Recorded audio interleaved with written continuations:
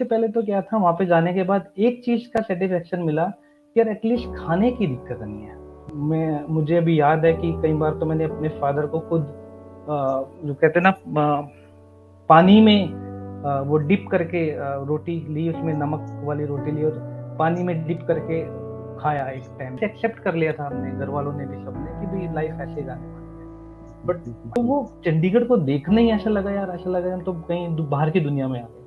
ठीक है, बट तो उम्मीद है, जबकि मैं कोई ऐसा कुछ कर नहीं रहा था, बट फिर भी उनको अपने आप ही उनको एक उम्मीद थी। मुझे खुद भी अपने आप से इतनी उम्मीद नहीं थी जितनी उनको थी, कि उनको लग रहा था कि ये कुछ करेगा। फॉर्चुनेटली मेरे साथ कुछ ऐसा घटा जो बाकी जरूर नहीं हर किसी के साथ ऐसा हो। तो Hello everyone, this is Tarun. I hope you are doing great. So today we are with Sonu, who is a technical architect. अगर हम सोनू जी की जर्नी के बारे में बात करेंगे, जो काफी ही इंस्पायरिंग है और एक ये परफेक्ट एग्जाम्पल है सेल्फ मेड का। तो आइए जानते हैं इस पॉडकास्ट में कैसे उन्होंने अपने आप को काबिल बनाया।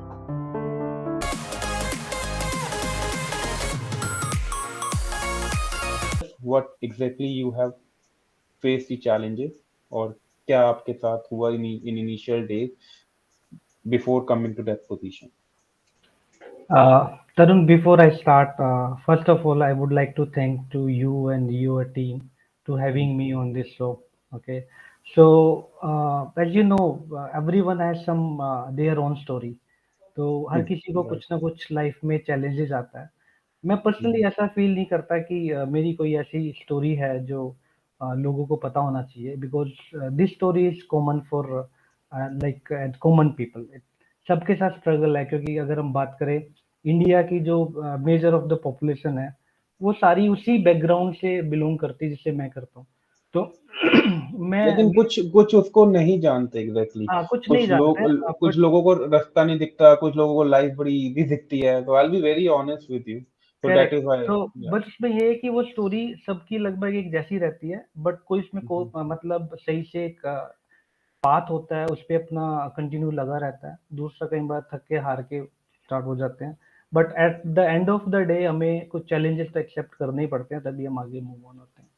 तो स्टोरी अगर मैं अपना बचपन से स्टार्ट करूं, थोड़ा सा फैमिली बैकग्राउंड, तो फैमिली में कोई ऐसी एजुकेटेड फैमिली नहीं है। एक नॉर्मल जैसे यूपी के गांव में हम रहने वाले, वेस्ट यूपी।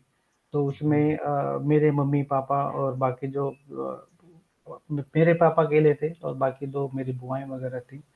तो बट फैमिली में कोई ऐसा बैकग्राउंड नहीं है कि कोई पढ़ा लिखा है, कोई गवर्नमेंट जॉब में है, या इवन कोई प्राइवेट जॉब में भी है। हम एक ऐसी कम्युनिटी से बिलोंग करते हैं जो मिट्टी के बर्तन बनाते हैं। तो जो मेरे पिताजी या दादाजी, उनकी जो अर्निंग ऑफ सोर्स था वो खाली मिट्टी के बर्तन बनाने, और हमारे लिए दिवाली का सबसे बड़ा त्योहार होता था, बिकॉज ऑफ यू नो कि जो मिट्टी के बर्तन है वो दिवाली पे ज्यादा बिकते थे। तो हमारा पूरा साल लगभग इसी चीज पे रहता था कि दिवाली जो बाकी लोग सेलिब्रेट करते हैं, तो हम उसको एक एज अ अपॉर्चुनिटी करते थे कि उससे हमारी फैमिली की अर्निंग होती है, फिर पूरा साल हम उसके बेस पे अपना कंटिन्यू करते हैं। तो पिताजी मेरे फिजिकली हैंडीकैप है। तो स्टार्टिंग में मतलब हम 5 भाई बहन है, मतलब 6 भाई बहन है, 5 भाई में सबसे बड़ा था। तो ऐसा एजुकेशन का कोई था ही नहीं कहीं दूर दूर तक। बट यस, गांव में मैं मतलब सेकंड स्टैंडर्ड तक स्कूल में गया। उसके बाद मुझे लगा कि स्कूल में जाके कोई फायदा नहीं हो रहा है, बिकॉज ऑफ उस टाइम हमारी जो प्रायोरिटी थी वो थी पहले अपने आप को फीड करना। यानी कि आदमी को खाने को मिलेगा तो फिर वो कुछ एक्स्ट्रा सोचेगा। सबसे पहले तो प्रायोरिटी इवन कोई भी है, कोई भी क्रिएचर है, लाइक पशु है, पक्षी है, वो या ह्यूमन बीइंग है, सबसे पहले उसको खाने के लिए चाहिए। तो मैंने स्टार्टिंग में अपने जो फादर के साथ थोड़ा काम करना स्टार्ट किया था। तो एजुकेशन में इतना था नहीं, बट फॉर्चुनेटली मेरे साथ कुछ ऐसा घटा जो बाकी जरूर नहीं हर किसी के साथ ऐसा हो। तो हमारे मामा जी आए गांव में एक दिन, तो उनके साथ मैं, वो कह रहे कि इसको मेरे साथ भेज दो। तो मैं उनके साथ वैसे ही चल पड़ा, अपना स्कूल वगैरह छोड़ के। किसी को इतना ध्यान भी नहीं था कि आज तो आप, अगर आपके बेटे की एक दिन की छुट्टी आप करा लो, तो स्कूल से ज्यादा वाला तो आपकी आपकी वाइफ परेशान हो जाएगी, यार एक दिन की छुट्टी कैसे कर रहे हो। तो पहले ऐसा नहीं था। तो उन्हें बोला स्कूल में क्या उठाया, अपना बैग किताबें भी वहीं पे छोड़ के चले गए। तो हिमाचल में एक जगह थी, वहाँ पे जो मेरे नाना जी थे, उनके बड़े भाई वो एक जैन समाज में जुड़े हुए थे, एक संत वहाँ पे बन गए थे बेसिकली। तो उनके चरणों में मैं चला गया, और जब वहाँ पे गया तो सबसे पहले तो क्या था, वहाँ पे जाने के बाद एक चीज़ का सैटिस्फैक्शन मिला कि यार एटलीस्ट खाने की दिक्कत नहीं है, जो घर में कभी खाने की दिक्कत हुआ करती थी। इवन मुझे अभी याद है कि कई बार तो मैंने अपने फादर को खुद जो कहते हैं ना, पानी में वो डिप करके रोटी ली, उसमें नमक वाली रोटी ली और पानी में डिप करके खाया एक टाइम में, ऐसा था। मतलब जो एक्चुअली हम फिल्मों में ये कभी कभार हमने सुना है कि हाँ, how that person lives their difficult life, तो आपने उसको महसूस किया है, मतलब उसको आपने उसको। महसूस किया, और ऐसा कोई लाइफ में ये भी नहीं था कोई मिरेकल होने वाला है, लाइक कि भाई लाइफ एक तरह से एक्सेप्ट कर लिया था हमने, घर वालों ने भी, सबने, कि भाई लाइफ ऐसे जाने वाली है। बट आई डोंट नो, मुझे थोड़ा सा लग रहा था कि एक बार कुछ ना कुछ ट्राई करे, घर से वैसे बाहर चले गए तो सबसे पहला जो गोल था अचीव, जो मुझे लगा कि यार वाओ इट्स अचीव्ड, मतलब ऐसा मन में था नहीं था कि गोल अचीव करना, बट ऑटोमेटिकली गोल अचीव हो गया। वो था कि खाने पीने की एटलीस्ट दिक्कत नहीं है, क्योंकि वहाँ तो पे आप कितने साल के थे उस टाइम पे जब ये उस सारे टाइम इंसिडेंट हुए थे? मेरे ख्याल से 9 या 10 साल का मैं था। तो 9 या 10 साल के हैं, हाँ, तो आप गांव तो में ही रहते थे और सबसे बड़े आप ही हाँ, थे पूरे के? सबसे बड़ा मैं ही था, बाकी छोटे भाई-बहन थे, बड़ी सिस्टर थी, तो मैं गाँव में ही रहता था, तो उसमें ऐसा लगता था कि मतलब एक छोटी-सी फैमिली थी, हमें कुछ पता ही नहीं था, अपना उसी में लगे हुए थे। जब मैं पहली बार बाहर निकला, तो चंडीगढ़ इतना बड़ा शहर है, पहले मैं चंडीगढ़ गया, चंडीगढ़ का ब्यूटीफुल। बस स्टैंड देखा मैंने, क्योंकि वहाँ से चेंज होनी थी, मुझे हिमाचल में जाना था, तो अपने गाँव से चंडीगढ़ पहुँचे, फिर वहाँ से हिमाचल की बस लेनी थी। तो वो चंडीगढ़ को देखना ही ऐसा लगा यार, ऐसा लगा हम तो कहीं बाहर की दुनिया में आ गए, ठीक है। बट अगेन अभी डेस्टिनेशन कुछ और था, तो मैं हिमाचल में पहुंचा, वहाँ पे खाने पीने की कोई ऐसी कोई दिक्कत नहीं थी। तो जैन समाज में जो एक श्वेतांबर स्थानक वासी होते हैं, तो वो संत बने हुए थे, उनके सानिध्य में मैं रहा, और उनकी सेवा करने लगा। कुछ प्राकृत भाषा के पाठ थे, वो मैंने याद किए, तो मुझे लगा कि यार अब ठीक है, छोड़ो फैमिली को, मैं तो बस पढ़ाई उनकी छोड़ दी थी आपने उस टाइम पे, बस यही? पढ़ाई छोड़ दी थी, अब उनके पास रहने लगा, इवन घर भी छोड़ दिया था। अभी 5-6 महीने या मतलब कुछ दिन वहाँ पे रहने के बाद फिर लगा घर वालों से भी दूर होने लगा। तो मुझे लगा कि अब क्या करना है, गृहस्थी में तो इतनी दिक्कतें हैं, छोटे बचपन में अपने देख लिए, यहाँ पे क्या अपना खाओ पियो, पढ़ाई करो, और जब बड़े हो जाएंगे संत हो जाएंगे और लोगों को जीवन का ज्ञान देंगे। तो मतलब बाबा बन रहे थे आप? हाँ, बाबा ठीक है। बनते थे।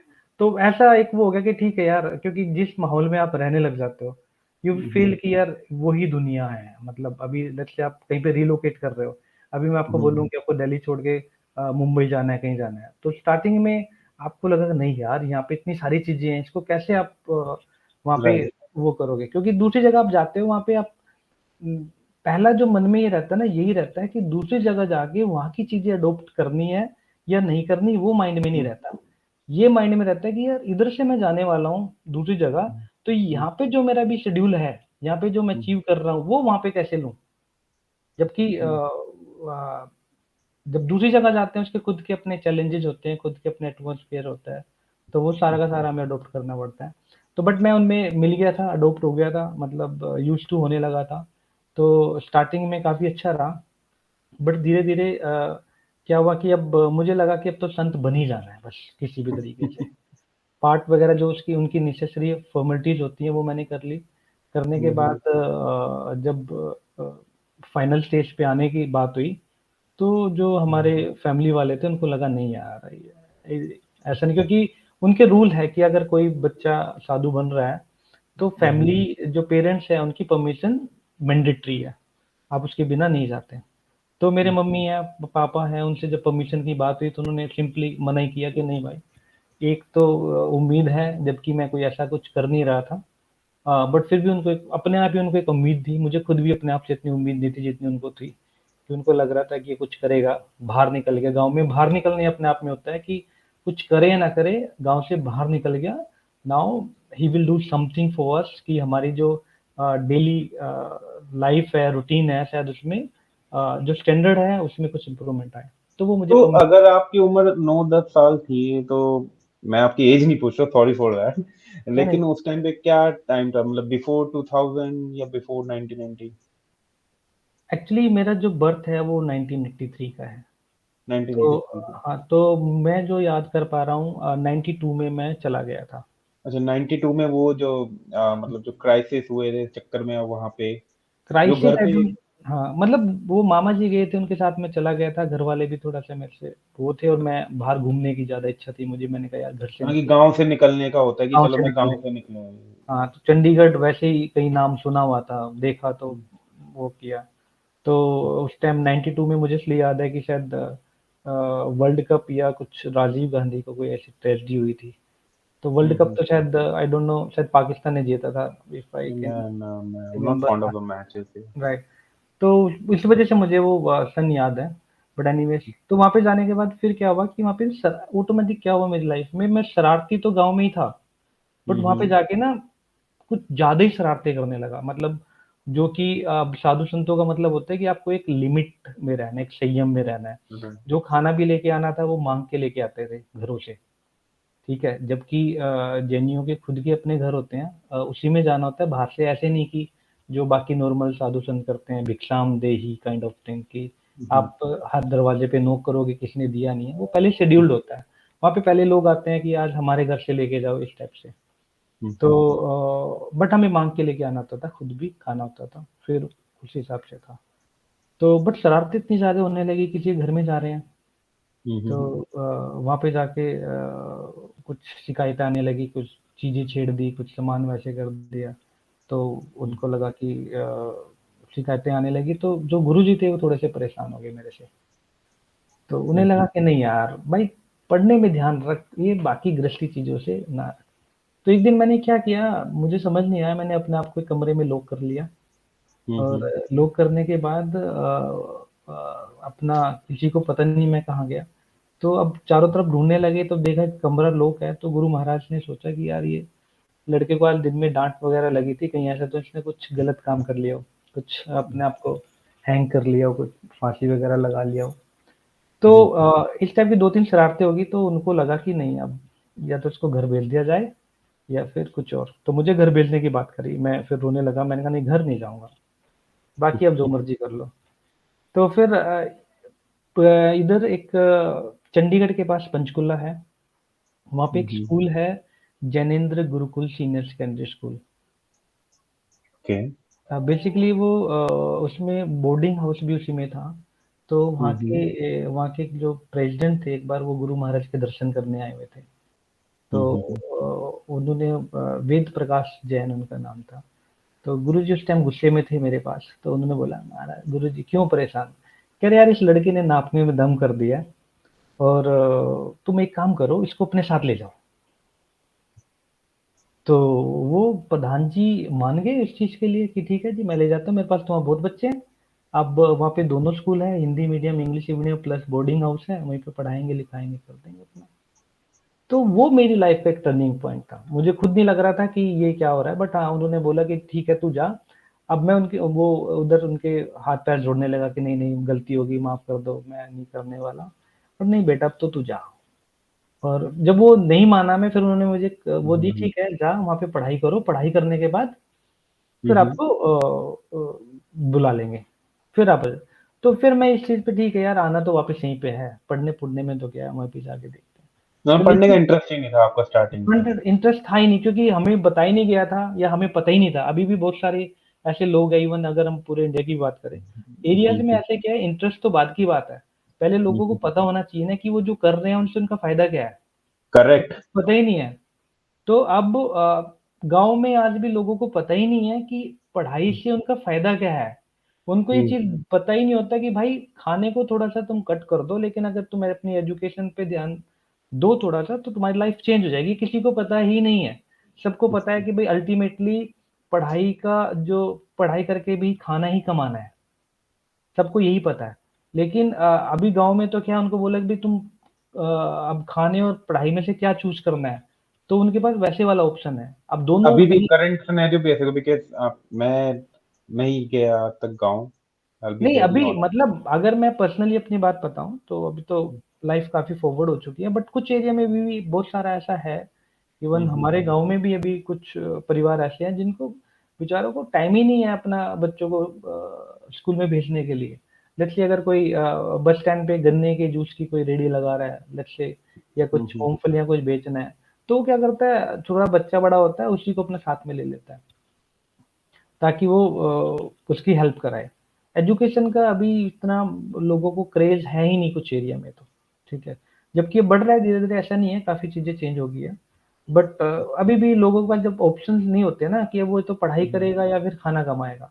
तो आज भी अगर इंडिया में एक सर्वे हो कि भाई आप पढ़ाई क्यों छोड़ी, तो मतलब 90+% यही रहेगा कि भाई घर की जो माली हालत है प्रॉब्लम या जो फाइनेंशियल अपने कंडीशन है वो उस पे नहीं कर पाए, नहीं पढ़ा पाते रेगुलर, तो वो सारी चीजें।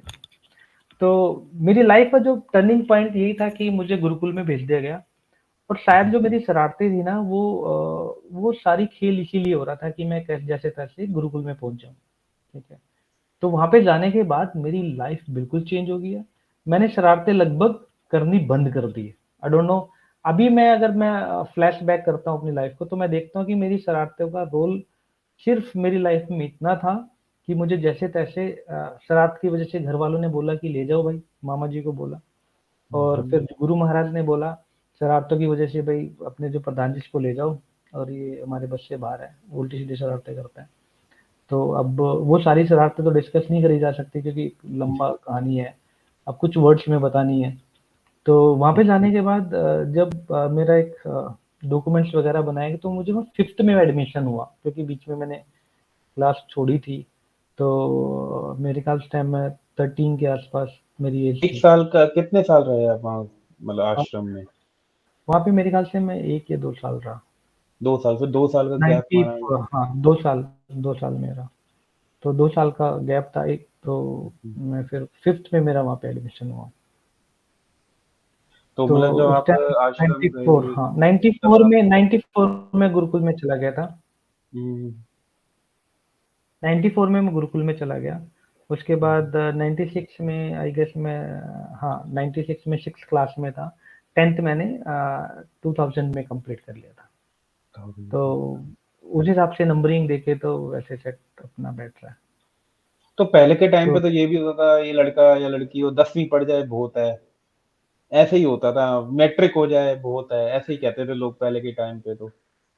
हाँ, पहले के टाइम पे तो ऐसे ही होता था, और 10th तो बहुत बड़ी होती थी। इवन अगर मैं जब हाँ मैं 10th कर रहा था, मैं तो चंडीगढ़ के पास एक तरह से डेवलप्ड सिटी में नाम आता है, पंचकुला भी उसके साथ ही है। तो पंचकुला। इवन मैं उसके बाद मैं 10th में गाँव में जाता था अपने, तो उस टाइम भी 2000 में तो 10th भी अपने आप में एक इवेंट होता था। इवेंट मीन्स कि अगर वेस्ट यूपी की बात करें कि वहाँ पे जब 10th या 12th के एग्जाम होते थे तो इवेंट होता था कि जो बच्चा 10th या 12th में है उसका जो सेंटर होता था वो अपना नियरेस्ट अपना जो भी गांव या उस उधर पड़ता था, अपना सेम गांव में नहीं होता था, ठीक है। तो वो अपने एक फैमिली रिलेटिव में कहीं पे रहते थे, फिर वहाँ पे रुकते थे, और उनका खाने पीने का ऐसा ध्यान रखा जाता था कि जैसे अभी आर्मी की उस पे जाने वाला है, जंग पे जाने वाला है, तो इतना बड़ा इवेंट होता था। अब तो 10th और 12th को तो आदमी सोचते ही है छोड़ो, आजकल कौन वो ग्रेजुएशन करता की है। कोई वैल्यू नहीं है। 10th और 12th को बहुत दूर की बात है। ग्रेजुएशन की कोई वैल्यू नहीं है। अगेन आजकल तो कोई सी भी डिग्री की इतनी ज़्यादा वैल्यू नहीं है, वो सिर्फ आपको एक वेटेज देती है कि एजुकेशनल क्वालिफिकेशन आपकी क्या है, आप उसका आंसर कर पाओ, दैट्स इट।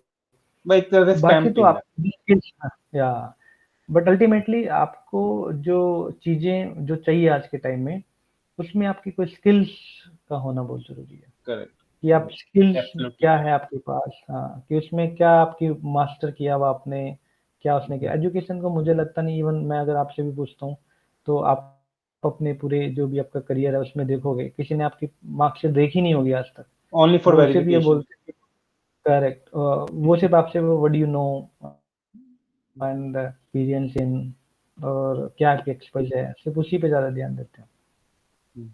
तो चलो तो लेट्स डिस्कस आफ्टरवर्ड्स कि आपने जैसे 10th क्लियर करी उसके बाद ये तो कॉन्वर्सेशन चलती हुँ, रहेगी, बहुत बड़ी कॉन्वर्सेशन है। बात कर रहे थे 10th की, तो मैं अब हिमाचल पहुंचा, वहाँ पे गुरु महाराज हमारे नहीं थे, तो एक्सपायर कर गए थे। तो अब बात है कि अब 10th के बाद करना क्या है, क्योंकि घर पर अभी हालात सुधरे नहीं है, इस बीच में कुछ भी नहीं हुआ। बल्कि ये हुआ, जो हमारे दादाजी थे वो एक्सपायर कर गए थे, वो भी पिताजी हैंडीकैप थे, उसकी वजह से जो अर्निंग थी वो पहले से बढ़ने की बजाय वो बल्कि कम हो गई थी। अब पीछे 5 मतलब भाई बहन और थे मेरे से अलग, उनका सारा खर्चा और बढ़ गया। पिताजी हैंडीकैप थे, तो इतना ज़्यादा नहीं कर पाते, जितना अपना उनसे हो पाता था उतना करते थे। तो चीज़ें पहले से थोड़ी सी ज़्यादा बिगड़ गई थी। बल्कि मैं क्या करता था, गुरुकुल में रहते हुए भी मैं कुछ थोड़ा बहुत बच्चों को पढ़ा लेता था। वैसे तो अलाउड नहीं था, बट किसी भी तरीके से मैनेज करता था। थोड़े बहुत पैसे आते थे, कई बार टीचर से लेके या कुछ करके अपने घर पहुँचता था। टीचर का मेरे ऊपर इतना ट्रस्ट था कि ये बंदा यार कुछ तो है, क्योंकि मैं खेलने में और एनसीसी में काफ़ी अच्छा था। आर्मी में जाने के लिए मेरा ये था कि जब गुरुकुल में आने के बाद एक नया एम मैंने डेवलप किया था कि अब आर्मी में जाना है। क्योंकि मेरे ख्याल से नॉर्थ, सबसे बड़ी नॉर्थ कमांड वहीं पे है, वहाँ पे आर्मी में के जो बच्चे थे वो बहुत आते थे वहाँ। तो उनको देख के लगा, कुछ फ्रेंड बने कि भाई यार आर्मी में जा सकते हैं। तो लेकिन अभी वो तो चलो बाद की बातें थी। अब चैलेंज था कि 12th तो करनी पड़ेगी। करेक्ट।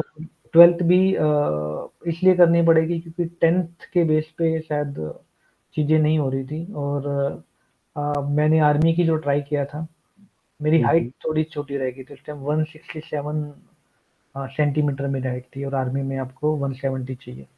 फिर तो जैसे आपका आर्मी में नहीं हुआ, आपने मेहनत भी करी, आप कह रहे हो कि मैं एथलीट भी था, तो इसमें तो बहुत बड़ी मतलब क्या कहते हैं, निराशा हिंदी में वर्ड कहते हैं, बहुत डिसअपॉइंटमेंट हुई होगी।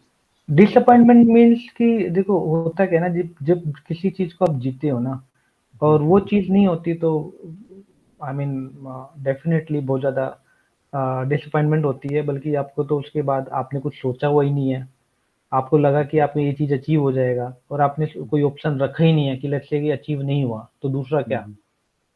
तो अब ऐसा होता है ना, ये नहीं तो कुछ नहीं। तो जब आपने कुछ नहीं सोचा ही नहीं है, तो हमने कोई बैकअप सोचा ही नहीं है, तो अगेन वही है। मैंने आर्मी में इतनी मेहनत करी थी, मैं तो 8th क्लास से ही मैं आर्मी में स्टार्ट हो गया था। वो भी एनसीसी में काफ़ी क्रेज़ था मेरा। मैंने स्टेट लेवल पे 5-7 साल कमांडरिंग करी है। मतलब मैं लीड करता था उसको 15 अगस्त, 26 जनवरी को। 9th के बाद 2 साल का होता है, रिटायरमेंट हो जाता है। Even 9th 11th sorry 10th 11th 12th जब मैंने स्कूल छोड़ दिया, तब भी मुझे वहाँ के जो कॉलेज एडमिनिस्ट्रेशन है, सॉरी स्कूल एडमिनिस्ट्रेशन, वो बुलाता था कि यार हमारे पास लीडर नहीं है, एडमिनिस्ट्रेटर नहीं, मतलब उसको लीड करने के लिए। तो मैंने सोचा था कि मैं तो इतना अच्छा हूँ उसमें भागने में, और वैसे भी, और एनसीसी का भी सर्टिफिकेट है। मैंने अलग से एक एडवांस लीडरशिप मैंने एक वो किया था, कैंप किया था गुजरात में। ये ये स्कूल के अंदर ही किया था सब स्कूल कुछ? के अंदर, ये एक पॉइंट मैं यहाँ पे बताना चाहूँगा, काफ़ी अच्छा था। और उससे थोड़ा-सा काफ़ी कॉन्फिडेंस आया, क्योंकि इंडिया में ही आजकल आदमी क्या करता है, वो फ़ॉरेन के चक्कर में लगा रहता है। बाहर घूम के आना, बाहर घूम ऑब्वियस। इंडिया में इतनी चीज़ें हैं, आप मतलब आपकी एक लाइफ़ बहुत छोटी है उसको घूमने के लिए, उसे एक्सपीरियंस करने के लिए। अगर आपको जीना ही है, अगर आपको एक्सपीरियंस लेना ही है लाइफ़ का, ठीक है? तो सबसे पहले अपने आप को समझो। जब अपने आप को समझ जाओगे, तो फिर अपनी फैमिली को समझो, फिर अपनी स्टेट को समझो, फिर अपना नेशन को समझो। अभी होता क्या है, आदमी उल्टा करता है। वो ना अपने आप को समझता है, वो विदेश को समझता है सीधा। पहले विदेश को समझने लगता है, अपना देश समझा नहीं है, तो वो रिवर्स मोड में चला जाता है। बाकी अगर अगर हम कंटिन्यू चले कि पहले अपने आप को समझ लें, फिर फैमिली को समझ लें, इस हिसाब से चले, तो मुझे लगता ही नहीं है कि कोई दिक्कत होने वाली है। तो उस टाइम एक मौका मिला कि एडवांस लीडरशिप एक कैंप हमारा लगा। उसमें क्या था कि पूरे इंडिया के जो टॉप लीडर्स थे, इन टर्म्स ऑफ जो भी एनसीसी के बच्चे थे, उनका एक कैंप लगा। तो मेरा भी नाम उसमें था। इसका मतलब हरियाणा से और हिमाचल से हम 3 बच्चे गए। मतलब हमारा 3 स्टेट थी, पंजाब, हरियाणा और हिमाचल। तो यानी कि इसमें से 3 बच्चों के नाम जाने थे, उसमें से एक मैं भी था। तो आप समझ सकते हो कि किस लेवल का वो कैंप रहा होगा। गुजरात में एक वड़ताल करके जगह है, वहाँ पे वो कैंप लगा था। उसमें पूरे इंडिया के आए और वहीं पे एक आनंद है जगह है जहाँ पे अमूल फैक्ट्री है। ओके। तो हमें वहाँ पे भी घुमाया गया। तो हमने देखा अमूल कैसे बनता है, तभी से आज तक मुझे अमूल की फुल फॉर्म याद है कि अमूल एक्चुअली अमूल की फुल फॉर्म क्या होती है, हमें पता ही नहीं था। ठीक है, तो वो आनंद एक इवन मुझे भी नहीं पता अभी तक। तो नहीं वो पता है, अगर अगर आपने कोई चीज़ देखी है ना, एक्सपीरियंस किया तो आपको समझ आता है। उसमें जब हमें घुमाया गया कि कैसे दूध की पैकेजिंग होती है, कैसे घरों से आता है, कैसे क्या, हम देख के हैरान थे। तो Amul is basically A for Anand, Anand जगह का नाम है। आनंद मिल्क यूनियन लिमिटेड, तो ओके। उस हिसाब से उसका है। तो वहाँ पे क्या हुआ कि जम्मू कश्मीर, बिहार, पंजाब, हरियाणा हरियाणा, पंजाब, हिमाचल से तो हम ही 3 थे। तो इधर से अपना राजस्थान, हर पूरे स्टेट से थे वहाँ पे। तो अब जो साउथ वाले थे वो हिंदी समझते ही नहीं है। मुझे तो पहली बार पता लगा कि यार ये मतलब इंडिया में कुछ ऐसी स्टेट्स हैं जो हिंदी समझती नहीं है। इवन अभी भी मैं जिस प्रोजेक्ट पे काम कर रहा हूँ उसमें सारे जो मेरे कलीग्स हैं, फ्रेंड्स हैं, वो साउथ इंडियंस हैं और फॉरेन का प्रोजेक्ट है, तो हिंदी तो हम चलो उनको आज भी नहीं आती है। बट अब इतना वो नहीं होता है क्योंकि अब समझ आ गया कि भाई इंडिया की जो ज्योग्राफी है वो इस हिसाब से डिज़ाइन है। कि सबको अब अपनी पूरी वो है मतलब फ्रीडम है, एक्सपोज़र है अपनी लैंग्वेज को आगे रखने का, वैसे करने का। तो आपने जैसे बताया कि 10th के बाद क्या समझ ही नहीं आ रहा था आपने करना क्या है, और हाँ, उस तो स्कूल में 10th के बाद बी ऑप्शन ही नहीं थे। करेक्ट, तो अभी क्या है ना, तो वापस फिर ये तो 10th तक की स्टोरी मैंने बीच में डाल दी, जो वहाँ पे लीडरशिप मुझे वो अपॉर्चुनिटी मिली। मैंने स्टेट भी खेला एक खो-खो में, और मैंने एक एथलीट भी था। मैं 200 मीटर जो रेस होती है उसमें नंबर 1 रहता था। तो इतनी चीज़ें होने के बाद भी वो चीज़ें क्लिक नहीं हो रही थी कि लाइक कहीं निकल जाए। एक और मुझे तो बाद में पता लगा कि मैंने डिस्ट्रिक्ट टॉप किया था 200 रेस में, और मेरी जगह कोई और ही जा रहा है वहाँ पे। तो बाद में पता लगा कि भाई कोई और ही चला गया। तो मैंने यही सब सिर्फ स्पोर्ट्स, एनसीसी और अपना आर्मी, तो फिर उस मैंने टाइम इसी पे भी कॉन्स्पिरेसी चलती थी कुछ ना कुछ। चलती थी कि भाई नाम किसी का है वो स्कूल्स के ऊपर है, नाम किसी का भेज किसी को दिया, भले ही वहाँ पे आप हार के आ गए बट एटलीस्ट आपके पास एक सर्टिफिकेट हो गया कि आप स्टेट खेले, आप नेशनल खेले। तो खो-खो में तो मैं स्टेट खेला था, बट एथलीट में मैं डिस्ट्रिक्ट पे टॉप करने के बाद भी आई डोंट नो मेरी जगह कौन गया था। मुझे पता लगा कि कैंसल हो गया। बाद में जो टीचर ने मुझे बताया कि भैया गेम हो गया, तो कोई और ही कहानी है। तो अब 10th के बाद फिर जो हमारे जो छोटे गुरु महाराज थे, जो श्री राममुनि जी महाराज, उनका नाम मैं लेना चाहूँगा। उनसे छोटे थे श्री सतीश मुनि जी महाराज। उन्होंने बोला कि भई क्योंकि वो उनके भी गुरु थे। उन्होंने बोला कि चलो हमारे गुरु महाराज में थी, जबकि मेरे तो नाना लगते थे। बट जब उन्होंने संन्यास ले लिया तो क्या नाना क्या देता है, कुछ मायने रहता है। तो उनकी एक बड़ी कृपा रही श्री सतीश मुनि जी महाराज की। उन्होंने बोला कि भाई चलो 2 साल मैं आपको अ, और रिकमेंड कर देता हूँ गुरुकुल में रहने के लिए। स्पॉन्सर कर दिया एक तरह से कह स्पॉन्सर सकते कर देता हूँ, मैं एक तरह से सिफारिश लगा देता हूँ। हैं। हाँ। तो उन्होंने उनका लेटर उन्होंने दिया, मैं लेटर लेके गया वहाँ पे। लेटर लेके जाने के बाद क्या हुआ कि उस टाइम अनफॉर्चुनेटली जो प्रधान जी थे वो भी नहीं थे वहाँ पे। तो अब उनकी बात इतनी सुनी नहीं जा रही थी। लेकिन वहाँ पे क्या हुआ, मेरे से जो वहाँ का स्टाफ था ना, हॉस्टल स्टाफ भी, स्कूल स्टाफ भी, वो बहुत खुश था कि बंदा बड़ा डिसिप्लिन्ड है। पढ़ाई में मैं थोड़ा एवरेज था, लेकिन बच्चों को कंट्रोल करना, लीडरशिप करना, इसमें सारी चीज़ करें। तो उन्होंने बोला कि यार कुछ ऐसा काम किया जाए कि जो गुरुकुल के नियम हैं वो ना तोड़े जाएँ, क्योंकि गुरुकुल का नियम ये है कि वो 1929 में एस्टेब्लिश हुआ था, और उसके बाद तक 2000 तक उसका यही रूल था कि जो भी बोर्डिंग हाउस में रहा है 10th के बाद वो नहीं रह सकता। तो बट मेरे साथ ब्लेसिंग्स थी, तो उन्होंने अपने रूल्स में एक थोड़ा-सा चेंज किया। मुझे वहाँ पे एज़ अ स्टूडेंट नहीं रखा उन्होंने। उस टाइम वार्डन नहीं होता था बेसिकली स्कूल में। उस टाइम वैकेंसी थी, तो उन्होंने बोला कि यार एक काम करो, इसको एज़ अ हेड बॉय रख लेते हैं यहाँ पे। मतलब ये वार्डन का काम करेगा, तो हम इसको कुछ सैलरी वगैरह कुछ नहीं देंगे, लेकिन ये वो सारे काम करेगा जो वार्डन करता था। ठीक है। और इसको हम रहना खाना देंगे और स्कूल की जो फीस वगैरह वो देंगे। तो अगेन मेरे लिए तो वही मोटिव था, आप कान इधर से पकड़ो या इधर से पकड़ो। उस बट टाइम पे आपको ये भी लग रहा होगा कुछ ना कुछ तो अर्निंग आनी चाहिए कम से कम। उस टाइम लगा अर्निंग तो मुझे, थी नहीं। हाँ अर्निंग थी नहीं उस टाइम, मुझे लगा अर्निंग आनी चाहिए। लेकिन फिर उस टाइम थोड़ा मुझे एजुकेशन का समझ आने लगा था कि चलो कोई बात नहीं, अर्निंग तो देखा जाएगा, एटलीस्ट तुम ये तो करो, 12th तो करो, 12th के बाद क्या।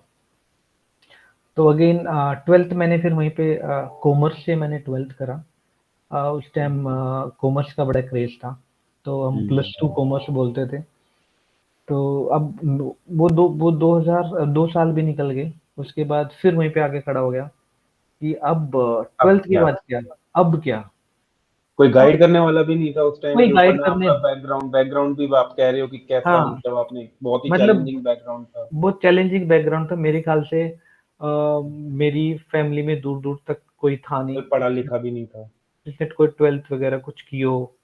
तो अगर हम्म, कोई रिश्तेदारी में कोई दूर हो तो मैं कह नहीं सकता, बट नियर कोई उसमें नहीं था, लाइक मामा में, बुआओं में, मासियों में ऐसा कोई था नहीं। क्योंकि अगेन वही स्टोरी आती है कि आपका जो हम्म, मतलब करेक्टर या आपका जो स्टैंडर्ड ऑफ लिविंग वो डिसाइड होता है कि आप कैसे एटमॉस्फेयर में रह रहे हो। तो अगर आपके यार दोस्त थोड़े से अच्छा अर्न करते हैं तो आप भी अच्छा अर्न करोगे। आप एक गांव की पृष्ठभूमि में रहते हो तो आपके यार दोस्त जिस कैटेगरी के होते हैं आप अपने आप उसमें फिट होते हो। तो आपने देखो जो ज्यादातर जो फैमिलियां पढ़ी लिखी हैं तो वे सारी पढ़ी लिखी नहीं होने लग जाती है। जो बेचारे कम हैं उनको उनको पता ही नहीं होता बेसिकली कैसे वो है। तो वो हमारी जो कैटेगरी है basically in terms of education, वो मेरी ऐसी थी कि जहाँ पे पढ़ाई का कोई था ही नहीं, कोई क्रेज नहीं था, कोई पता ही नहीं था किसी को। तो बट ये थे 12th के बाद अब मुझे लगा नहीं, क्योंकि फैमिली अब डिमांड करने लगे थे कि यार कब तक, क्योंकि मैं खुद भी गांव जाता था तो देखता था कि कच्चे मकान पड़े हैं और बच्चे वैसे है कहानी, तो कैसे किया जाए। तो मुझे लगा कि नहीं अब मुझे काम करना चाहिए। तो मैंने क्या किया, 12th के एग्जाम दिए। एग्जाम देने के बाद अब तो गुरुकुल से जाना था। एक फ्रेंड था, एक फ्रेंड के पास मैंने अपना जो एक्स्ट्रा सामान तो कुछ था ही नहीं, एक बैग था, उसमें अपने कपड़े जो भी थे कुछ एक दो बुक्स थी होंगी वैसी, वो मैंने रखी। और फिर पास में ही एक वहाँ पे जगह है, मैं भी जगह का नाम नहीं याद आ रहा है, चंडीगढ़ उसके बीच में है। तो वहाँ पे पता लगा कि वहाँ पे ना सेल्समैन की जरूरत है। अच्छा। अब मैं चला गया क्योंकि मुझे तो पैसे चाहिए थे। से फिर मुझे नेक्स्ट क्या है कि एक एक छोटा सा एक्सपीरियंस हो रहा है। मैं किसी के घर में गया हूँ, सब गवर्नमेंट एम्प्लॉय रहते थे वहाँ पे। तो मैंने वहाँ पे पूछा, मैं थोड़ा सा एक क्या कहते हैं डिसिप्लिन्ड रहा हूँ अपनी लाइफ में, बिकॉज ऑफ आर्मी के साथ टच में था और मैंने एनसीसी के थ्रू आर्मी को जिया है। लाइक 4-5 साल तो मैंने किया ही है। तो थोड़ा डिसिप्लिन था और मैंने शरारत का तो बोला ही था कि मैं गुरुकुल में जाने के बाद अपने आप ही पता नहीं कहाँ गई वो।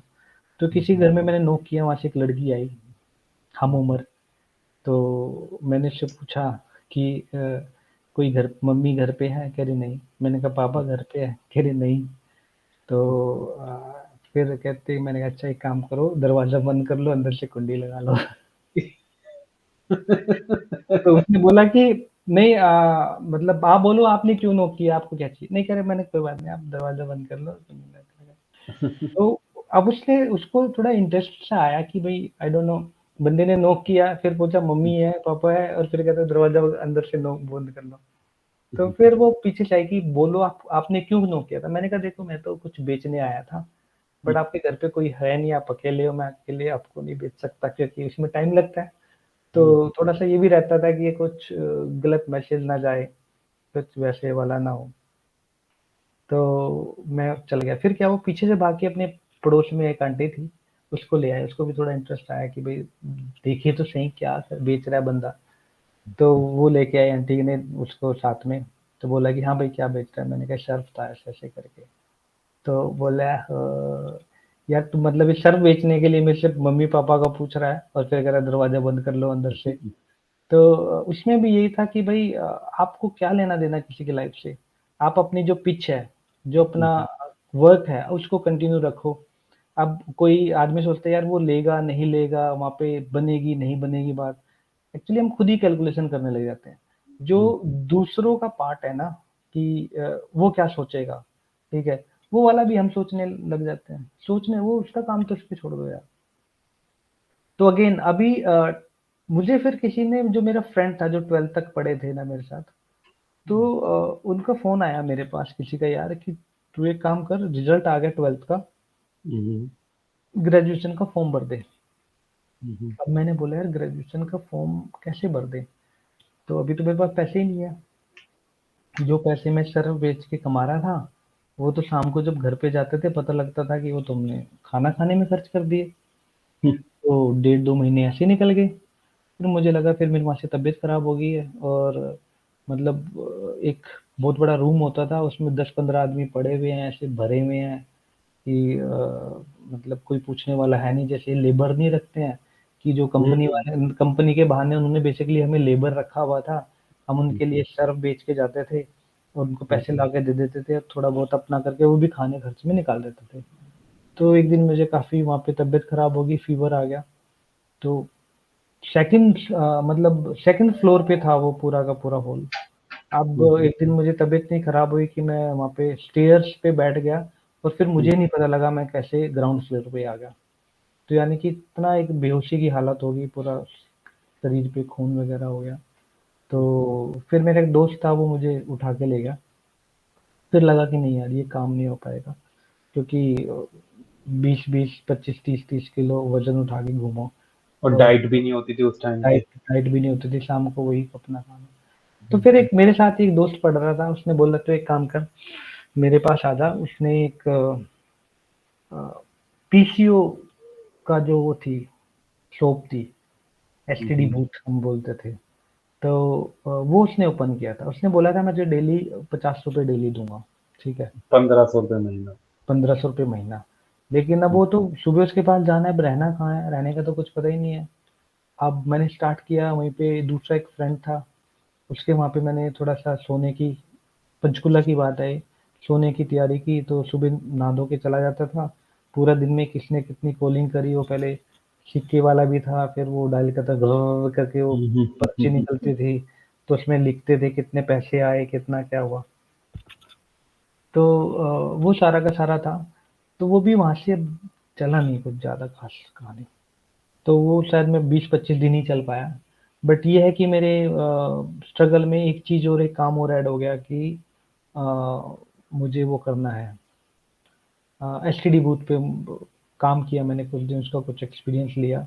बट मैं समझता हूँ कि ठीक है लाइफ में कुछ एक्सपीरियंस सही है, लेकिन वो एक्सपीरियंस भी आपके किसी काम के नहीं आते जो कि आप लाइफ में उसको यूज़ ही नहीं कर पाओ। कुछ लोग सोचते चलो यार ये काम करते हैं, कुछ तो एक्सपीरियंस मिलेगा, बट उस एक्सपीरियंस का आप करोगे क्या लेके? जैसे वो तो वेस्ट ऑफ टाइम हो गया या कुछ वैसे हो गया। हाँ, आप उसको इस चीज़ में ले सकते हो कि एटलीस्ट आपको टाइम निकल गया और आपने वहाँ से जो अर्निंग की, वहाँ से अपना जो सर्वाइव करना था तुम्हें, वहाँ से अर्न किया, वहाँ पे चले गए। तो मैं वहाँ से जाने लगा। तो बट मेरे एक तरह से जो मेरे गुरुजी थे, मास्टर थे हमारे, मैथ टीचर थे, दर्शन सर हम उनको बोलते थे। तो बाई चांस एक बार मैं उनसे मिलने चला गया वैसे ही। मुझे लगा मैं पंचकूला की, क्योंकि सारा काम मैं पंचकूला के लेफ्ट राइट में ही कर रहा था। तब मुझे लगा मैं निकलने वाला हूँ यहाँ से। तो मैं एक बार उनसे मिलने चला गया सर से। वो कभी स्पोर्ट्स हेड भी थे, फिर वो एनसीसी में भी काफ़ी वो करते थे, तो उनके साथ मेरा काफ़ी वो था। तो जब मैं उनसे मिलने गया, उन्होंने बोला कि अब सोनू कहाँ जाएगा? मैंने कहा सर वापस गाँव जाएँगे, कहीं जाएँगे, बट अभी कुछ है नहीं। बट मुझे लग रहा था कि जो मैंने 12th भी करा है और जो पहले किया है उसका कोई फ़ायदा हुआ नहीं है एज़ सच। फायदा नहीं हुआ। हाँ, कोई नौकरी नहीं मिल रही, कुछ ऐसा नहीं है और पता भी नहीं था कैसे क्या करें। ग्रेजुएशन अभी सब नॉन मेडिकल की बात कर रहे थे, तो या तो सिंपल बीए वगैरह की भी कुछ कहानी नहीं थी। तो फिर मैं सर से जब मिलने गया तो उन्होंने बोला कि अब क्या करेगा? मैंने सर पहले कुछ पैसे कमाएँगे, फिर अपना पढ़ाई करेंगे। सेटअप करें, अच्छा पढ़ाई करेक्ट, करेंगे। पढ़ाई करेंगे। तो उन्होंने बोला कि मेरी एक बात याद रख, जिसने एक बार पढ़ाई छोड़ दी ना, वो लाख कोशिश कर ले दोबारा शुरू नहीं कर सकता। नहीं करेगा, करेक्ट। तो अब मैंने सोचा नहीं सर मैं कर लूँगा, ये है वो है। कह रहे तू छोड़ दे, अब तू मेरी चीज़ें मान, मेरी समझ, तू अपना पंजाब यूनिवर्सिटी चंडीगढ़ से बीए भर दे, कोरेस्पोंडेंस। बाकी तो मैं काम करता था, अपना देखते रहिए क्या है। तो अब मैंने उसका प्रोस्पेक्टस वगैरह पता किया, बात की, तो प्रोस्पेक्टस के बाद मुझे फीस पता लगा उसकी 4500 फीस थी उसकी उस टाइम पे। उस टाइम पे। तो यानी कि 2002 में 4500 मेरे लिए तो बहुत बड़ा अमाउंट था। बहुत बड़ा अमाउंट का मतलब जो 50 रुपए पीसीओ पे कमा रहा है और उसमें अपना रहना खाना सारा काम करना है, उसमें 4500 का तो बड़ा मुश्किल काम है, नहीं हो पाएगा। तो मैंने सर को बोला, मैंने कहा सर नहीं हो पाएगा, मैं पहले अर्न करता हूँ, हमसे ना हो पाएगा। हमसे ना हो पाएगा। तो उन्होंने बोला कि एक काम कर, मैं तेरी फीस भरता हूँ, ठीक है, और ये पैसे जब तू कमा के मुझे वापस दे देना, ऐसा कर लेते हैं। तो मुझे लगा, मैंने कहा यार मैं तो यूपी का रहने वाला हूँ, ठीक है, अब इनको पता ही नहीं कहाँ से आया क्या आया। मैंने कहा सर मैं तो चला जाऊंगा, वापस नहीं आ पाया, कैसे करोगे, तो आप इतना ट्रस्ट कैसे कर सकते हैं मेरे पे। वैसे नॉर्मल बातें थी। तो उन्होंने बोला, करे कोई बात नहीं, मेरा एक स्टूडेंट है, अगर वापस नहीं आएगा, अगर आ गया तो मैं तो ये समझ के दे रहा हूँ कि वापस आ जाएंगे, मेरा एक अच्छा स्टूडेंट है, लेकिन अगर नहीं आएंगे तो क्या होगा, कुछ नहीं होगा, बोल दूंगा मेरा एक स्टूडेंट था, मैंने उसकी हेल्प करी है, कुछ हुआ कि नहीं। तो मैं उनका लाइफ में, पूरी लाइफ में मतलब आज भी मैं उनके टच में रहता हूँ। कभी चंडीगढ़ की तरफ जाता हूँ तो ट्राई करता हूँ उससे मिल के आऊँ। तो उन्होंने उस टाइम मुझे आई डोंट नो 4000 रुपीज दिए थे शायद, 500 रुपये मैंने अपने आप से कंट्रीब्यूट करके वो एक फॉर्म वेल विशर की तरह आया आपकी लाइफ में करेक्ट। अंदर। मतलब वेल विशर मीन्स अगर शायद वो नहीं, उस टाइम मैंने फॉर्म नहीं भरा होता तो शायद एजुकेशन से मैं सच में कट हो जाता है। और मैं अभी आपको बात बताऊं कि अभी भी 2022 में भी मैं आज भी मेरी एजुकेशन कंटिन्यू है, यानी कि मैं अभी भी चल रहा हूँ उस टाइम से लेके अब तक। बीच में एक दो पॉज आए बट मैंने कुछ एजुकेशनल प्रोफेशनल कुछ ऐसी डिग्रियां विल डिस्कस लेटर। तो बट एक वो पॉइंट था कि मतलब उस चीज को वो नहीं करना। तो अब फिर वहां से निकलने के बाद अब फॉर्म भर के वापस आ गए। तो फिर अब नेक्स्ट मेरी लाइफ का जो स्टॉपेज था वो था देहरादून, उत्तराखंड। अब मैं वहाँ पे कैसे पहुंचा, वहाँ पे अगेन वही अपना गुरुजी का फैक्टर, जो मेरे मामा जी थे, तो वो अब देहरादून में, क्योंकि ये पैदल चलते हैं, जो जैन संत होते हैं पैदल चलते हैं, तो ये पैदल चल चल के देहरादून पहुंच गए थे। तो देहरादून में जाने के बाद फिर अब ये था कि नेक्स्ट क्या करा जाए। अभी तक मुझे यहाँ पे ये समझ नहीं आया था कि स्टडी की क्या इम्पोर्टेंस है और मेरा लाइफ के गोल्स क्या हैं। अभी ब्लैंक चल रहा था, आई मीन जो लाइफ में आगे आ रहा है उसको करते जाओ, अपना कुछ ऐसा था नहीं। तो वहीं पे मैंने वो सिक्योरिटी गार्ड की एक जॉब स्टार्ट करी। उसमें मुझे उस टाइम 1250 रुपये मिलते थे, बट ठीक है, उसमें मेरा अपना जो भी गुजारा हो जाता था, मेरे जो डेली नीड्स थी वो पूरे हो जाते थे। बट अगेन अब यहाँ पे थोड़ा सा लाइफ में ट्विस्ट आया कि मुझे लगा कि अब ग्रेजुएशन फाइनल ईयर था, तो उसमें ये था कि अब इधर उधर से बातें सुन के समझ आने लगा कि रेगुलर जॉब करनी पड़ेगी, ये सारा टाइम पास है। तो सिक्योरिटी गार्ड की जब नौकरी की थी उसमें भी काफ़ी चैलेंजेस आए थे। वहाँ पे जो मालिक था या फिर वहाँ के जो वर्कर्स थे, उनके साथ थोड़ा रहता था कि वो उसी हिसाब से ट्रीट करते थे। तो बट ये सिक्योरिटी गार्ड की जब आप बात कर रहे हैं कि सिक्योरिटी गार्ड की मैंने जो नौकरी करी थी, हुँ, तो हुँ। ये आपने ये पाथ सेलेक्ट किया था या डेलिबरेटली आपको ये करना पड़ा? मतलब क्वेश्चन तो करना सेम ही पड़ा, है। Need because at that time I was in great need of money, ठीक है। ओके। तो ऐसा कोई ऑप्शन था नहीं, जैसे मैंने बोला पहले तो मैं इस एक बेसिक जो कॉमन एक एग्रीमेंट था एक तरह से कि मैं जहाँ पे उसमें आश्रम में रहूँगा, तो वहाँ पे अपना जो भी खाना-पीने का काम बना करना है, वो करना है, उसके अवेज में मुझे फिर एक स्कूल की फीस वगैरह दी जाएगी, ठीक है। बट अब वहाँ पे जो बाकी सेवक थे वो वापस आ गए थे, तो अब वो भी था नहीं, तो अब पैसे तो कहीं चाहिए थे। तो मैंने ट्राई किया दाएँ-बाएँ, कहीं पे ऐसा कुछ काम नहीं मिला। तो तब ये था कि सिक्योरिटी गार्ड की नौकरी आज भी थोड़ा-सा ईज़िली मिल जाती है। ईज़िली मीन्स कि भई अगर आप उसमें कोई ऐसा स्किल सेट आपको नहीं चाहिए, तो ये थोड़ा-सा आपने कॉलेज के साथ ही स्टार्ट की हाँ, थी सिक्योरिटी गार्ड? कॉलेज क्योंकि स्टडी मेरा कोरेस्पोंडेंस था, तो ओके। वो तो खाली एग्ज़ाम देने जाना पड़ता था चंडीगढ़, ठीक है। तो ये हम्म। फाइनल ईयर था अभी। तो फाइनल ईयर के एग्ज़ाम में मतलब अभी सेकंड ईयर के बाद फाइनल ईयर एग्ज़ाम मतलब फॉर्म भर के आया था। तो सिक्योरिटी गार्ड में भी क्या था, वहाँ पे वर्कर्स के साथ डील करना होता। वो फैक्ट्री थी एक, उसकी ब्रेड की और रस बनते थे वहाँ पे, देहरादून में ट्रीट करके एक फैक्ट्री थी। सिक्योरिटी गार्ड के बाद फिर नेक्स्ट ये था कि जो वहीं पे गुरु महाराज थे आश्रम में, तो उनको मैंने कुछ सिफारिश की। उनका एक कुछ यहाँ पे दिल्ली में कॉलेज, इंजीनियरिंग कॉलेज चलता था, ठीक है। तो मैंने सोचा कि इंजीनियरिंग कॉलेज में मेरा कुछ फ्यूचर हो सकता है, शायद मुझे किसी कोई कलर की नौकरी मिल जाए या कुछ वैसा मिल जाए या सपोर्ट स्टाफ की मिल जाए, तो वो ज़्यादा बेटर रहेगा। तो मैंने उनको बोला कि ठीक है, एक बार ट्राई करते हैं। तो उन्होंने ट्राई किया और मुझे दिल्ली भेज दिया कि आप दिल्ली जाओ और ये लोग हैं, इनसे मिलने हैं और ऐसे हिसाब से हो जाएगा। एक तरह से मैनेजमेंट का मेरे पास कॉन्टैक्ट नंबर डिटेल्स उनकी मेरे पास थी। तो तो ये जब मैं during the security guard job, मतलब जो आपको कुछ महीने हो गए थे, उसके बाद आपको उसके हाँ, उसके बाद फिर मुझे यहाँ, अब जब मैं दिल्ली में आया, दिल्ली भी मुझे, मैं फर्स्ट फर्स्ट टाइम ही आया था, मुझे पता ही नहीं था कैसे बस वगैरह, बट एनी हाउ मैं वहाँ पे पहुँच गया। कॉलेज में जाके मुझे लगा कि जब मेरा इंटरव्यू वगैरह हुआ, इंटरव्यू तो ऐसा कोई, मैं तो सोच के आया था कि किसी कोई क्लरिकल वगैरह, क्योंकि मैंने देहरादून में रह के टाइपिंग वगैरह भी सीखी थी, ठीक है। तो उसके बेसिस पे कुछ बेसिक कंप्यूटर भी मैंने स्टार्ट किया था। तो मुझे लगा कि अब उसके बेस पे मुझे क्लर्क वगैरह की कुछ ऐसी नौकरी मिल जाएगी ऑफिस में या सपोर्ट स्टाफ का। तो जैसे मैं कॉलेज में आया, वहाँ पे थोड़ा-सा पॉलिटिक्स ज़्यादा थी। वो हर कहीं होता है, हर एक ऑर्गनाइज़ेशन में भी होता है। तो कॉलेज में आने के बाद मुझे कुछ लोगों ने बोला कि यार यहाँ पे कोई ऐसी जो मैनेजमेंट है, उसने बोला भाई आपके लिए अभी कोई ऐसा काम हमारे पास है नहीं है। बट हाँ, एक जॉब है पीएन की, एज़ अ 4th क्लास आपको हम यहाँ पे रख सकते हैं। अब 4th क्लास में मैंने समझा वहाँ पे काम क्या था कि स्टाफ के आने से पहले जो रूम्स हैं उनमें साफ-सफाई करनी है। फिर जब कॉलेज अपना टाइम हो गया, उसका ऑफ़िस आवर हो जाएँगे, तो आपको चाय पिलानी है, पानी पिलाना है, इधर की फाइलें उधर देनी है, कुछ वैसा वो करके लेके जाना है। तो वैसा था। तो वो लगभग फाइनल ही हो रहा था, तो वहाँ के कुछ वेल विशर भी थे। आई डोंट नो, उनके साथ मेरा पहले कोई लेना-देना नहीं था, बट उन्होंने बोला कि यार जब तुम कॉलेज में आ ही रहे हो और यू आर परस्यूइंग ग्रेजुएशन, यहाँ पे तो ऐसे-ऐसे ऑफिस में बंदे बैठे हैं जो 10th 12th है, और वो एक तरह से क्लर्क की उसमें है, पोस्ट पे है। तो आप भी इसमें रख सकते हो, जब आप किसी की सिफ़ारिश लेके आ रहे हो, तो आप वैसे जा सकते हो।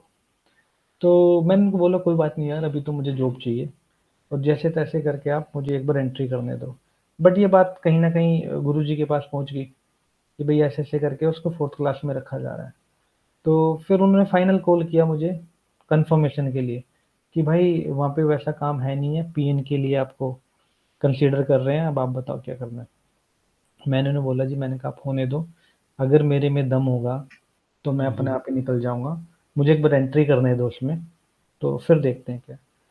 तो मुझे फिर फाइनली पीएन की जॉब पे उन्होंने अपॉइंटमेंट किया और मेरी जो सैलरी डिसाइड की थी उसमें मुझे जो मिलता था वो ₹2464 मिलते थे, अभी 2400। अभी तक अभी तक याद है आपको?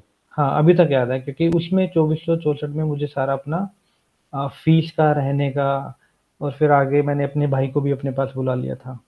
वो सारा खर्चा मुझे उसमें करना पड़ता था।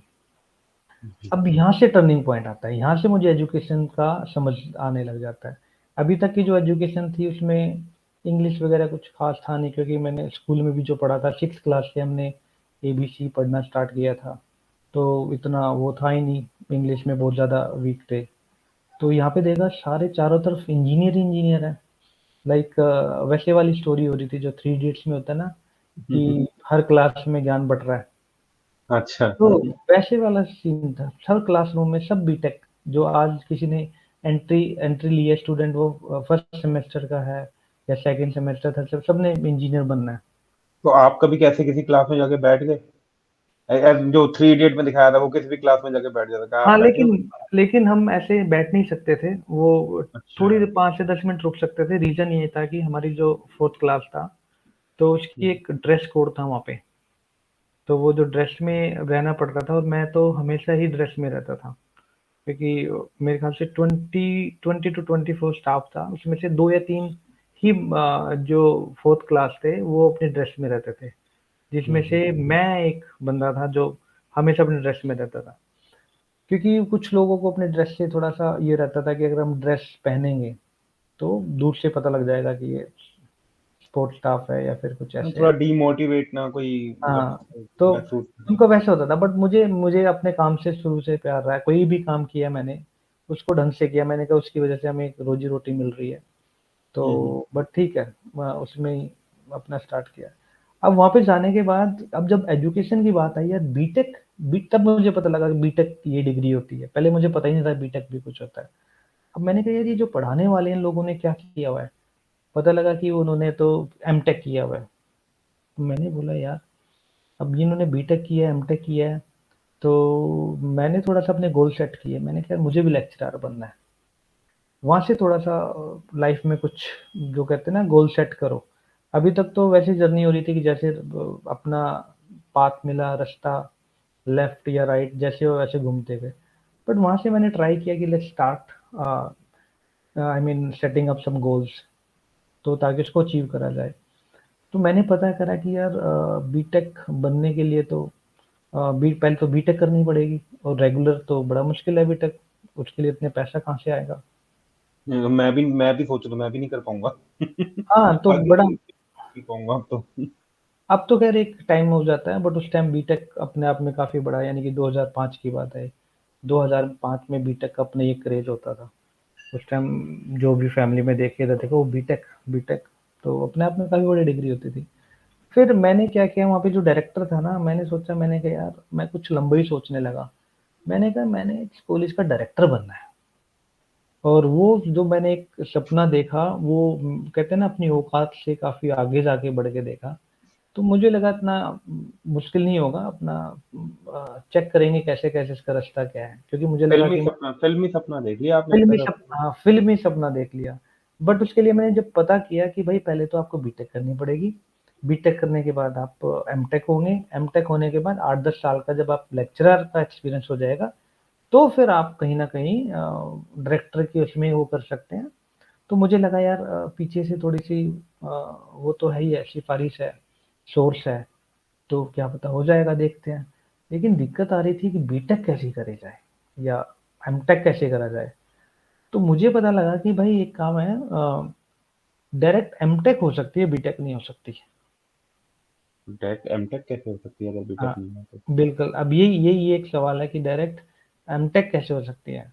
तो उसका थोड़ा-सा लंबा रास्ता था। लंबा क्या था कि हम उसमें एमसीए कर सकते हैं, एमएससी कंप्यूटर साइंस में कर सकते हैं, क्योंकि हाँ, मेरी जो उसके बाद कर ग्रेजुएशन मैं जो ग्रेजुएशन थी वो बीए थी सिंपल। ग्रेजुएशन से आप बीटेक तो नहीं कर सकते, ना ही आप एमटेक कर सकते। तो लेकिन ये था कि ग्रेजुएशन के बेस पे आप एमएससी कंप्यूटर साइंस कर सकते हो। उसके बाद you can enrol into the MTech. Correct, क्योंकि वो एलिजिबिलिटी में जब एमटेक करने की थी, तो कुछ कॉलेजेस दिल्ली में ऐसे थे जो आपको इवनिंग प्रोग्राम कराते थे, जिसके थ्रू आप वो कर सकते थे। इसमें से कॉलेज अभी दिल्ली में जो भी दिल्ली टेक्निकल यूनिवर्सिटी है, तो उसको डीसी हुआ करता था वो कभी पहले। तो उसमें भी हमारे खुद के कॉलेज जो कॉलेज था वहाँ पे, उस कॉलेज से खुद भी स्टाफ जाता था शाम को ना डेली क्लास करने के बाद। तो वो इवनिंग क्लासेस लेते थे। तो मैंने फिर सोचा कि यार अब करते हैं। एमएससी में मैंने एनरोल कर लिया। अच्छा, एमएस ग्रेजुएशन क्लियर कर ली इज़िली। हाँ, ग्रेजुएशन 2005 में आया था मैं, तो 5 में फाइनल मैंने ग्रेजुएशन कर दिया था, उसका तो रिजल्ट आ गया 3 था। साल आप जब तक ग्रेजुएशन नहीं हुई तो 3 साल आप सिक्योरिटी गार्ड की ही जॉब कर रहे थे। नहीं, उसे नहीं, उसमें 2 साल में क्या था, 2 साल जब मैं देहरादून रहा उसमें, उसी में कुछ टाइम मैंने सिक्योरिटी गार्ड की नौकरी की, कुछ टाइम मैं आश्रम में रहा। फाइनल में तो जब मैं 1 साल इधर रहा, कॉलेज में आ गया था, तो मैंने पीएन की नौकरी करी। तो ये this is how 3 years completed of my graduation. यहाँ से मैंने छुट्टी ली, छुट्टी लेने के बाद मैं वो चला गया। तो जब मैं क्या कहते हैं ग्रेजुएशन के फाइनल एग्ज़ाम देने गया था, तो मैं वो लेने गया था 8-10 दिन की मुझे लीव चाहिए थी, तो मैं डायरेक्टर के हुँ, पास एप्लीकेशन लेके गया था।